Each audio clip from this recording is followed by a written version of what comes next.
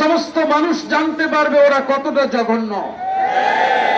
সম্মানিত ভাইয়েরা, ফিলিস্তিনের গাজায় আমরা যে দৃশ্য আজকে দেখছি এটা অত্যন্ত হৃদয় বিদারক, সহ্য করা যায় না।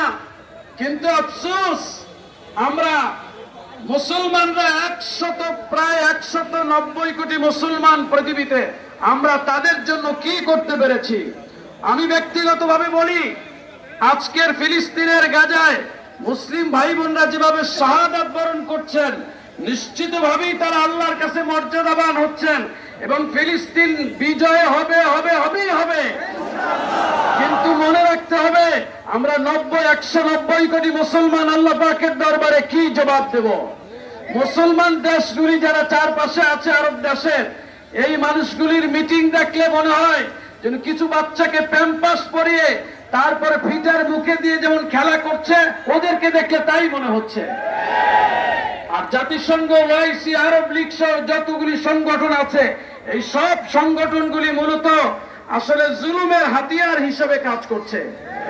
সম্মানিত দ্বীনি ভাইয়েরা, আমাদের জন্য এখন জিহাদ ফরজ হয়ে গেছে।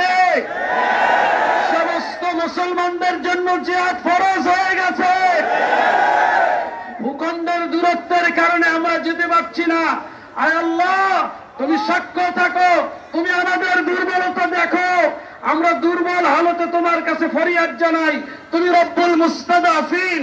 তুমি বলেছো, ওয়া মা লাকুম লা তুকাতিলুনা ফি সাবিলিল্লাহ ওয়াল মুস্তাদাফিনা মিনার রিজাল ওয়ান নিসাই ওয়াল উলদান আল্লাযীনা ইয়াকুলুনা রাব্বানা আখরিজনা মিন হাযিহিল ক্বরিয়াতি আয-যালিমা আহলুহা ওয়াজআল লানা মিন লাদুনকা ওয়ালিয়্যা ওয়াজআল লানা মিন লাদুনকা নাসীরা। আল্লাহ গো, তুমি বদরে যেমন ফেরেশতা নাযিল করে